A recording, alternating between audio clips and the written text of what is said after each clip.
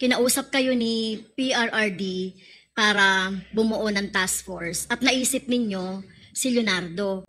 So, wala po siyang, hindi siya nagsabi na bubuo kami. Very specific po instruction, operatiba na Iglesia ni Cristo. Definitely it's not me because I'm not an Iglesia ni Cristo, Your Honor. bakit ba Iglesia ni Cristo? Tinanong mo ba si Presidente? Bakit si Duterte? Bakit Iglesia ni Cristo? Nahiya po ako magtanong, I just complied. So dahil alam mong Iglesia ni Cristo si Leonardo, siya yung kinontak mo.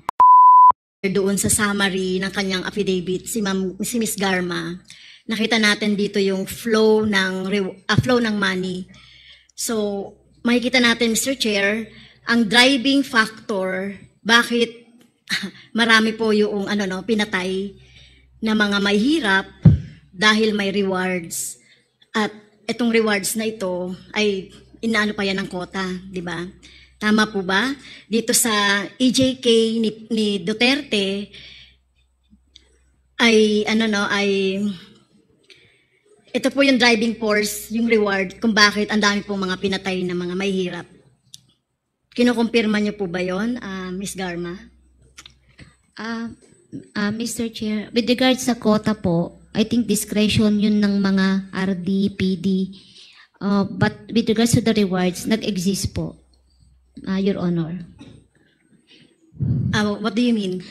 Sa quota po, hindi po nakotahan.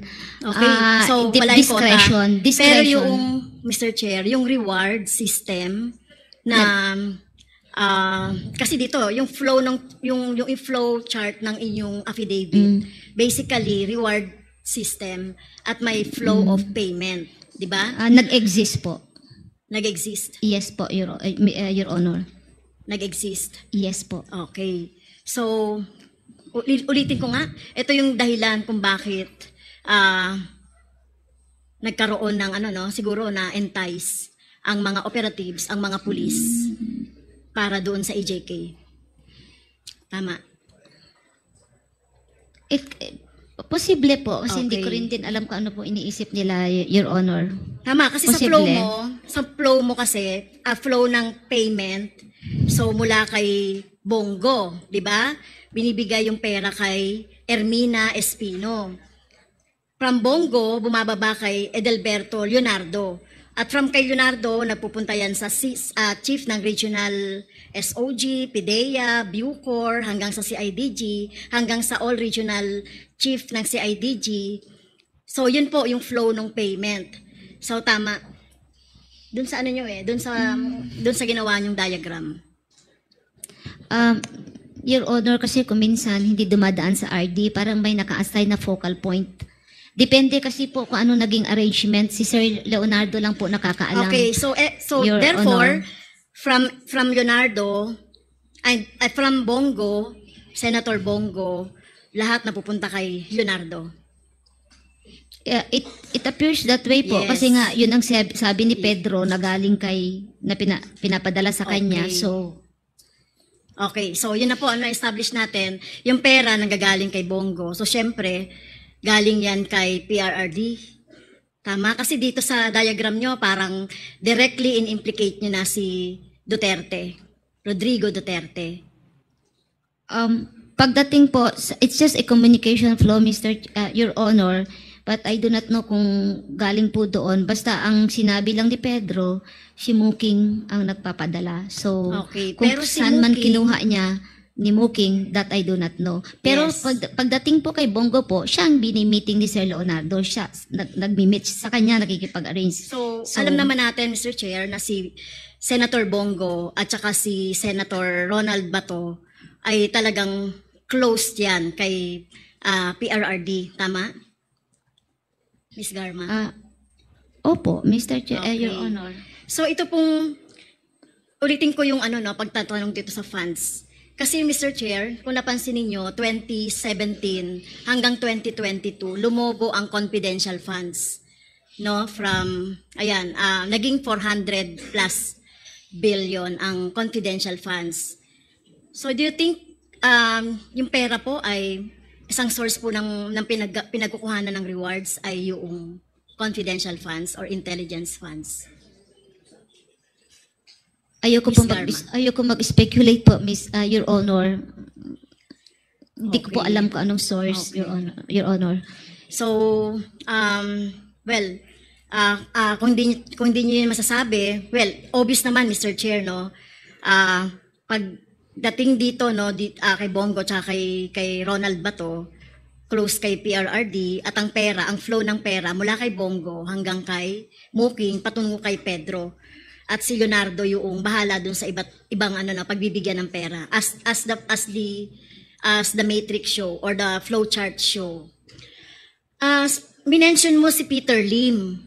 At doon sa affidavit ni Kerwin, parang ini-implicate parang sinasabi doon sa affidavit ni Kerwin na pinapa-implicate si Peter Lim doon sa war on drugs or doon sa droga. Hindi mo minention si Michael Yang. May alam ka ba kay Michael Yang? Wala po, Your Honor. Kaya ako lang na-mention si Peter Lim because I was assigned in Region 7 at it appeared that he is the biggest drug lord sa Visayas area. That's why siya lang ang naaalala ko as far as Visayas area is concerned. Okay. So hindi mo alam na baka si Michael Yang ay sa Mindanao area naman? Wala po akong alam, Your Honor. Okay. By the way, ang mas mataas sa inyo ni Leonardo ay si Colonel Leonardo, tama? Kayo po yung... Yes po, class 96 po siya. Okay, class 96. Kasi sa affidavit ninyo po, kinausap kayo ni PRRD para bumuo ng task force at naisip ninyo si Leonardo. So, wala po siyang, hindi siya nagsabi na bubuo kami. okay, pero naisip niyo po, dahil wala kang experience, si Leonardo yung naisip mo. Hindi po. Very specific po instruction, operatiba na Iglesia ni Cristo. Definitely it's not me because I'm not an Iglesia ni Cristo, Your Honor. At saka hindi talaga ako operatiba. Yes, sinabi niyo po kasi sa affidavit ninyo na wala nga kayong experience. Hindi rin kayo Iglesia ni Cristo. Nagpahanap lang po. Pero alam ninyo, si Leonardo ay Iglesia. Bakit ba Iglesia ni Cristo? Tinanong mo ba si Presidente? Bakit si Duterte? Bakit Iglesia ni Cristo? Di ba? Oo, bakit nga? Nahiya ako magtanong, Your Honor. Nahiya po ako magtanong. I just complied. So dahil alam mong Iglesia ni Cristo si Leonardo, siya yung kinontak mo. As Siya yung sinabihan, far as, nasabihan. during that time po kasi, nakita ko kasi operatiba talaga si Sir Leonardo and I worked with him sa CIDG 11. So siya yung una, later part na realize ko pwede siya. So I mentioned his name kasi Iglesia ni Cristo rin siya at medyo may katungkulan siya sa Iglesia. So I think he is qualified, Your Honor. Okay. So, well, nagswak naman doon sa requirement ni Presidente Duterte, si Leonardo. Sa tingin ko po na, kasi siya naman po na atasan, so perhaps po, na-qualify po, Your Honor. Okay.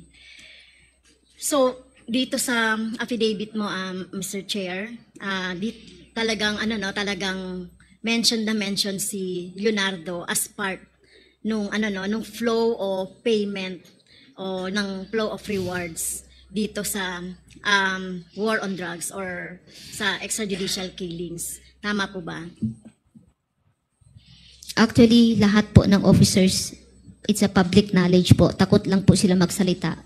Pero lahat po ng officer na nandito po sa loob, alam po nila yan, public knowledge lang po. Ako lang po naglakas loob magsabi, Mr. Your Honor. So lahat ng mga officers dito, so ibig sabihin si Marcos, alam niya yan, so lahat ng PNP, si Torre, yung mga yan, alam na po lahat. Yes, Your Honor. Okay. Okay, thank you, Mr. Chair. Sa Umani naman ito ng iba't ibang reaksyon mula sa ating mga netizens. Ayon kay Rudy Bautista, how Castro still there in the hearing, she is already convicted, she should be in jail not in Congress. Pahayag naman ni Pat Bawalan, military ba itong si Garma? Parang kasama na sa drama, para pabagsakin si PRRD. At ito naman ang saloobin mula sa ating kababayan na si Francia Orten Errol, hindi nag-iimbestiga kundi diretso hatol agad, bravo France Castro. Mga kababayan, feel free to comment below para maglabas ng saloobin sa balitang ito.